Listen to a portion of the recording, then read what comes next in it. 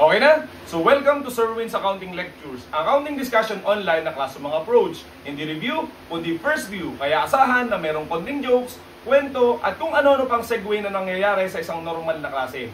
So today, ang pag-uusapan natin ay patungkol sa financial aspect of feasibility study. Bukod sa pagtuturo ng accounting, bahagi rin ng aking trabaho ang maging advisor, panelist at financial analyst ng feasibility study.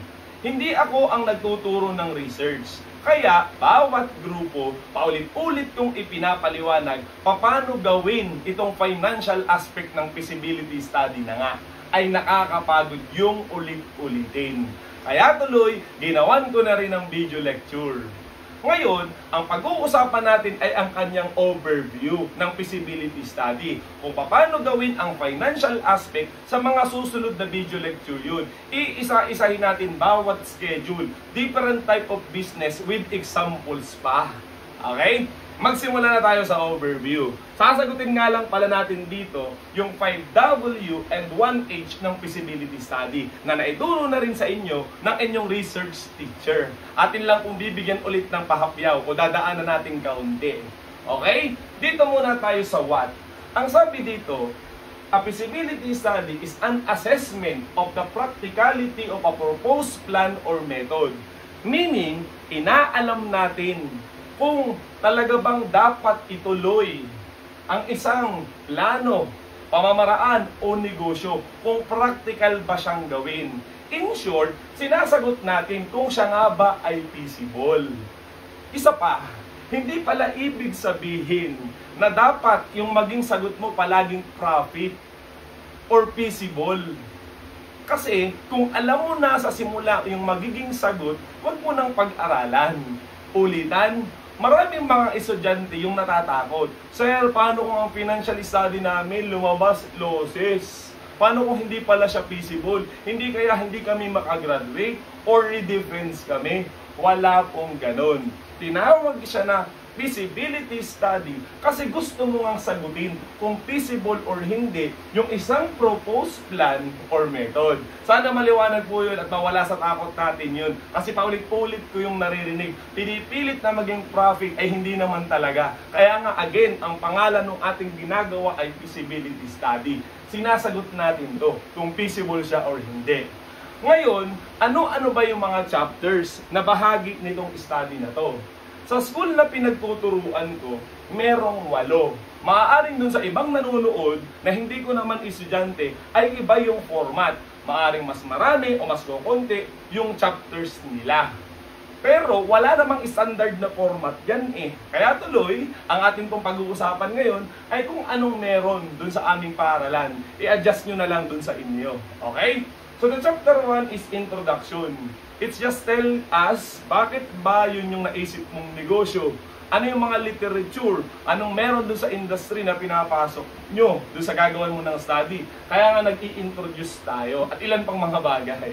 And then we have here methodology. Paano mo ba ginawa yung research mo? Nag-search ka ba sa internet? Nagbigay ka ba ng questionnaire? At kung ano-ano pang mga scientific na pamamaraan para mag-arrive ka sa mga ganong klaseng conclusions and recommendations. Okay? By the way, ito naman po yung mga introductory kung paano gawin yung feasibility study. Hindi siya yung sumasagot kung feasible nga ba or hindi. But rather, itong 5 na kasunod na chapter na ito. Dito muna tayo sa market study. Marami nga pala yung mga tanong, nag-highlight lang tayo ng tigo-konti. Do we have the demand? Meron bang bibili ng ating produkto? May mga customer ba na naghahangad ng ating serbisyo? Ilan ang ating market share? Ano mga promotional strategy na maaari nating gawin? Lahat po ng yun, inaalam natin sa market study.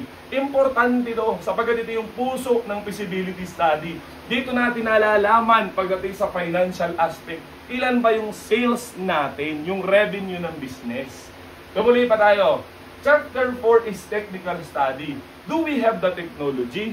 Meaning, alam ba natin kung paano gawin yung ating produkto? Yung kanyang proseso, step by step? Meron ba tayong mga machineries and equipments? Ano lahat ng mga kailangan natin para talagang mabuo yung ating negosyo na to? Yung produkto natin, yung service natin. Do we have the technology? And then chapter 5 is management study. Do we have the people resources? Sino-sinong tao ang kailangan natin dito? Ano yung business structure na dapat meron tayo? Ilan ang kailangan natin sa production, sa administration, sa selling, basta yung pong management, paano papatakbuhin itong ating negosyo? Yung kanilang mga qualifications, di ba? Yung mga kalahat ng kailangan natin sa pagpapatakbo. Okay? And then we have here the chapter 6, which is the highlight. We have the financial study. Will we get our ROI? Mababawi ba natin ang ating puhunan? Kailan? Kaya ba nating ma-meet, makuha yung return of investment na hinahanap natin, yung ating gustong kitain? Sinasagot niyan. Magkano ang kailangan nating kapital sa pagsisimula? Di ba? At lahat-lahat ng tungkol sa pera. Okay? Hindi po natin pwedeng sabihin na ito lang yung mahalaga. Nagpapakita lang siya ng numero matapos mong i-consider lahat ng ito. And then the last one is socio-economic study. Will we help the community? Meron bang naging magandang epekto at itinuloy natin itong negosyong ito, itong pamamaraan na ito? Sinasagot siya nito. Hindi ibig sabihin na porket positive ka, let's say sa financial study, ay dapat nang ituloy yung feasibility study o yung negosyo na yun, okay? But rather, sa lahat ng tanong na to, dito sa 5 tong study na to, dapat merong sabihin natin na feasible siya. May demand, kaya ng tao, meron tayong teknolohiya, okay? Kikita tayo kasi negosyo, nakatulong tayo sa community, dapat masagot yung mga ng mga yes, para masabing siya ay feasible. Not necessarily na may demand lang, na kaya lang technical. Maaring feasible siya sa ilang chapter, pero hindi sa lahat. That's why sa pandang huli, yung ating pong chapter 8, sa feasibility study, nagbibigay tayo ng conclusions. Okay, sagot dun sa ating tanong, at saka mga recommendations. Kasi malay mo, may susunod na magre-research, o paano pa mai-improve, okay, itong feasibility study na to. So again, what is the feasibility study? Gusto lang natin sagutin talaga kung practical bang gawin, ituloy yung isang pamamaraan, okay, plano o negosyo. Ngayon, let's move on. We have here the why. Bakit mo naman gagawin ang feasibility study? Ang banggit dito, to determine the factors that will make the business opportunity a success. Oo nga, nandun na tayo. Not necessarily na dapat ay profitable. Pero as you conduct your study, you may encounter some problems or some weaknesses or threats. Therefore, as you do your study, kasi naiisip mo din naman talaga siyang ituloy, kaya mo nga pinag-aaralan kasi interesado ka. Therefore, hahanap ka ng magandang paraan. Paano ba ma-mitigate or maiwasan itong problema na to? Paano ba itong masolusyonan? Meaning yung sa tingin mong hindi sana feasible kung ganito, baka mamaya may paraan para ito ang strategy na gagawin ko. Para therefore, the moment na i-implement ko na siya, okay? Therefore, magiging successful yung business opportunity. Meaning, kaya mo siya pinag-aaralan para pag talagang totoo mo nang gagawin, may scientific method ka na. Medyo more or less, meron ka ng idea kung ano yung tamang paraan para mas malaki yung tsansa na maging successful ka. Kaya ka gumagawa nito. Okay? And then, to whom o for whom itong feasibility study na to. Yung iba nag-iisip din, sir, kami yung researcher. So meaning, pag ginawa namin to, dapat talaga kami yung mag-i-invest ng pera. Dapat meron kaming ganito. Not necessarily. Kasi, itong feasibility study ay maaaring dedicated to potential investors and business executives. Meaning, as you do your study, you are just the researchers. Yung tipong, kung sakaling ito'y itutuloy, maaari mong ipakita dun sa totoong may pera, sa totoong investor sa mga business executive. Therefore, dun sa capitalization ng financial study, huwag niyong isipin kung gano'n man kalaki. Kung aabot man yung milyon na wala naman kayo, okay lang yun. Kasi nga, iniisip natin na akala natin para sa atin yung study, but rather, pwede rin namang other approach para to sa kanila, sa mga totoong negosyante. Okay? Now, tuwing kailan ginagawa ang feasibility study sa totoong buhay?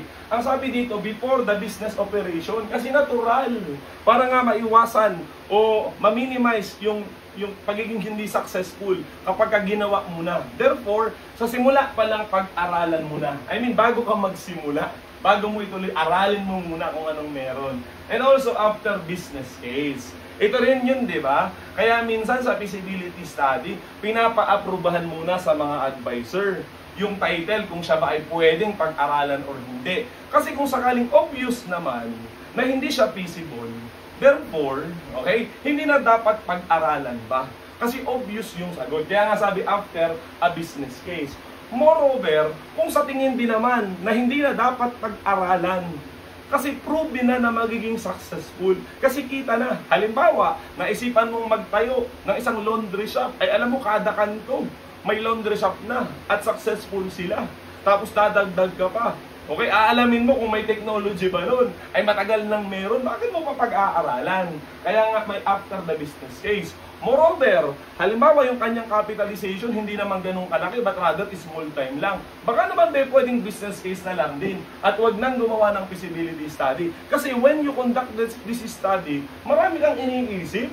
Di ba? Ang dami ng chapters. Pero yung capitalization, napakaliit naman. So sayang naman yung effort, baka naman pwedeng business case na lang. So again, kung kailan ginagawa ang feasibility study, syempre bago mo i-implement yung mismong negosyo, and also, napag-aralan mo na rin, okay? Yung preliminary thinking mo na, okay, ito ay pwedeng pag-aralan kasi wala pa, bago pa, or kung meron na, wala pa dun sa lugar namin. Okay, yung kanyang capitalization, medyo malaki, nakakalungkot kung sakaling mag-fail tayo, kaya pag-aralan din natin. Okay? O kaya, hindi pa sigurado kung magiging successful or hindi. Kasi kung proven na magiging successful na or hindi, ba't mo mapag-aaralan? Alam mo na naman pala yung sagot na nga. Okay, so again, that is the when. Where? Malamang sa research lokal. Okay? Nung pag-aaralan mo. When we say local, it doesn't necessarily mean a geographical location. But rather, malamang kung nasaan yung market. Okay? Kung nasaan tong mga to.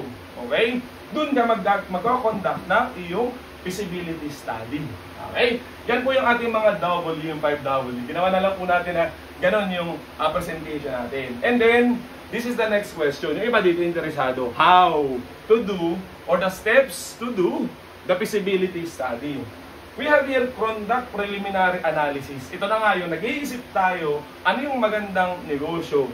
Ano yung mga meron dun sa industry? Yung tipong tinitingnan natin, worth it bang pag-aralan ito or gawan ng feasibility study?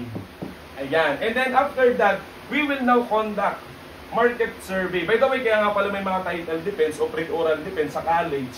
Kasi nga, inaalam lang muna natin yung preliminary analysis. Yung tinatanong kung, dapat bang pag-aralan pa yan? Yung mga ganun. Kaya may pre-oral defense. At kung sakaling okay na at meron na, natapos na, tsaka nag-conduct ng market survey. Yan na nga po para masagot itong market study. Pinupulsuhan natin kung kapag tinuloy ito, may bibili ba? Magkakaroon ba tayo ng sales? Ilan ang market share natin? Mga ganun. And then after, we may plan the business organization and operation. Dahil alam na natin na meron palang mga customers, may sales pala. Anong business organization ang kailangan natin? Yung ating capitalization. At saka paano tayo mag-ooperate? Ay given na, okay, yung palang mga customer gusto nila gabi. So therefore, ganitong oras tayo magbukas. Kaya inaalam natin itong mga to. Alam na din natin kung ilan yung possible sales. Inaalam na din tuloy natin. Ilan yung mga makina na kailangan. Ano yung kanilang mga capacity. Lahat na, tsaka mga tao. Then after that, pag alam na po natin yung operations, yung organization, lalagyan na natin ang numero. We will now prepare financial reports. Okay? Ngayon na nga yung financial study. Kaya ang iba sa huli talaga ito nagagawa. Maaring mauna pang ang gawin itong socio-economic impact bago itong financial study. Kasi itong financial study ay yung pagsasama-sama ng ibang klaseng study, yung iba't ibang chapters, di ba? Na nilalagyan natin ng numero. Okay? And then after that, dahil meron na po tayong financial, we may now review and analyze all the data coming from all of these chapters. Okay? Para mag-arrive tayo, para makapagbigay tayo ng desisyon. Kaya nga, we have here the conclusion and recommendation. Sana ba maliwanag yung steps o paano gawin yung feasibility study. Even though hindi natin sobrang nilalaliman, binabalik lang natin yung overview para formal itong ating discussion ng financial aspect. Dinadaanan lang natin mabilis. Paano nga ba gawin nga itong feasibility study? Okay, right now, dito na tayo mag-focus. Chapter 6, financial aspect. Paano naman siya gawin? Una, you have to make assumptions. Kasi lahat naman ng ito ay projections dun sa study mo.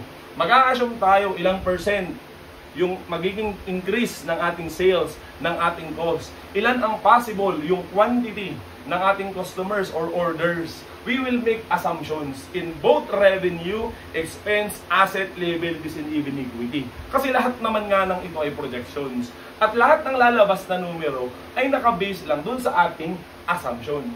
yung assumptions na yun ay hindi ba sa hinulaan na lamang. But rather, kahit pa paano, meron kang basis. Kaya nga si study, research nga eh. Kaya yung mga sumasagot na bakit 5%, ay yun po kasi yung gusto namin. Hindi yun magandang sagot. Kasi dapat talaga, lahat ng ilalagay mo na assumption, kahit pa paano, meron kang basis, bakit mo naisip yun. Okay? Wala namang 100% na eksakto na tamang feasibility study. Kasi nga, research siya eh. Siya ay estimation lang ng future. Iba pa rin talaga yung mangyayari sa actual. Pero at least, when you estimate, you make a scientific assumption sana. Okay? At lahat ng numero, dapat, pag nagsosolve ka na, nakarelate dun sa assumptions mo. Yung sinabi mo, ang sales mag-i-increase ng 5%, pero nung nag-solve ka, 3% lang. Eh di mali na yun. Okay? Assumptions, ito yung una. After you make an assumptions, okay, alin sa mga part ng feasibility study yung nauunang tapusin. Okay? Sabi nung iba, dapat magsimula sa project cost o dun sa mga balance sheet. Di ba? Sa mga reports. Hindi po. Okay? Actually, sila sa pahuli pa. Even though sa financial study, sila yung nauuna sa mga pages. Pero sila yung huling nagkatapos. Kumbaga, nagsisimula tayo sa laman, edi nakikita natin yung kabuuan. Nagsisimula sa schedule, edi tsaka natin nakikita yung mga reports. Okay? At alin sa mga schedules na yon, alin dun sa laman na yon, yung mga component ng mga reports ang dapat na mauna. That's very simple. We have to make the revenue forecast. Okay? Dito sa market na to. Kasi ang puso ng feasibility study ng negosyo ay nasa sales. Okay? Dapat lahat ng bagay, lahat ng expenses, lahat ng investment na gagawin mo, ng capitalization mo, ay nakadepende sa kung ano ang magiging result ng market study mo. That's why ang nauuna ay revenue forecast. Magkano yung kikitain natin? Okay, at alam din naman natin, sabi sa matching principle, whenever there is a revenue, it has a related cost and expenses. So lalagyan natin ng katapat yan. Ito yung kikitain, ano yung gagastusin para makita siya. Therefore, the next step is to prepare the cost and expenses forecast. And then afterwards, makakagawa na tayo ng income statement. Kasi alam na natin yung ating neto na kikitain. Alam na din natin anong mga gagastusin natin, di ba? Kaya therefore, alam na din natin anong mga assets na kailangan. Kasi yung mga assets na yan, investment forecast, yan yung dahilan bakit nakakaroon ng revenue at saka mga expenses. So tsaka pa lang natin malalaman gaano kalaking building ang kailangan, ilang mga machines ang kailangan. Kasi nga, lahat siya nakadepende dito sa revenue forecast na to. At saka yung mga cost and expenses na yan, related silang dalawa. Okay? And the fact na alam na natin kung anong mga kailangan natin na assets, therefore, saan manggagaling yung capitalization nun? So we will have the financing forecast. Maaring tayo mag-invest, equity investment, let's say partnership, capitalization ng partner, or usually corporation, how much is the share capital. And also kung magkakaroon din ng loans, okay, yung business. Sa school na pinagtuturuan ko, gusto ko lagi may loans, yung mga negosyo. Okay? Eh sir, sa actual naman, kapag ka magsisimula ka, bakit ka papautangin? Oo nga, tama naman. Okay? Mahirap mangutang sa simula, wala ka pa kasing resulta. So therefore, in actual, maaaring wala talagang liability or debt financing. Pero ang objective ko kasi, dahil ang mga tinuturuan natin ay accounting major, gusto ko ma-apply nila lahat ng natutunan sa accounting. That's why we assume that there is a debt financing. Para matuto sila paano gumawa ng amortization ng mga liability. Okay, so again, yun po ano. So alam mo na ito ang mga bibilihin mo. Ito yung mga gagastusin mo. Ngayon, saan man gagaling yun? Magkano i-invest ng owner at saka ng utangin natin sa bangko. Okay? Lahat po ng to ay schedule. Na basically, pag nagawa mo na itong step 2 to 5, using these assumptions, therefore, makakagawa na tayo ng financial reports. And what are those? Project costs. Meaning sa simula, magkano talaga yung ilalabas mo na kapital. Mali din yung ginagawa ng ibang mga estudyante na nakikita ko. Nauuna yung project costs. Yung tipong 10 million sir para matuloy yung negosyo. Huli mo yun masasagot kapag ka meron ka na nito. Kasi nga, lahat ng kailangan mo ay nakadepende lang naman kung ilan ang bibili o mag-a-avail ng serbisyo mo. And also, because of this, schedules, report, forecast, makakagawa na tayo ng mga report, balance sheet, income statement, changes in equity, at saka cash flows. Okay? Yan na po yung mga nakikita. Kasi ang may-ari naman talaga, okay, itong mga to, saan sila pinakang interesado? Hindi ba sa mga bottom lines, dun sa highlights? Kailangan mo lang ng supporting computation. Okay? And then after that, we interpret whatever presented in the reports. That's why we also have the financial ratios. Na-meet nga ba yung ROI? At ilang pang mga ratios, okay, na kailangan, okay, na masagot kung ano ba talaga siya, feasible ba siya financially. And lastly, katulad nito, mag-arrive tayo, magbigay tayo ng recommendation, ng conclusion doon sa ating computation sa financial aspect ng feasibility study. Okay, I believe nakapagbigay na po ako ng overview. Ano ba itong feasibility study na to? Sa mga susunod na video lecture, inuulit ko lang po, magdi-deep dive tayo, okay? Paano ba gawin itong financial aspect ng feasibility study? Okay? So, kung gusto mong matutunan yun, nandito yung mga kasunod na video lecture. Okay? So, yun lamang at maraming salamat.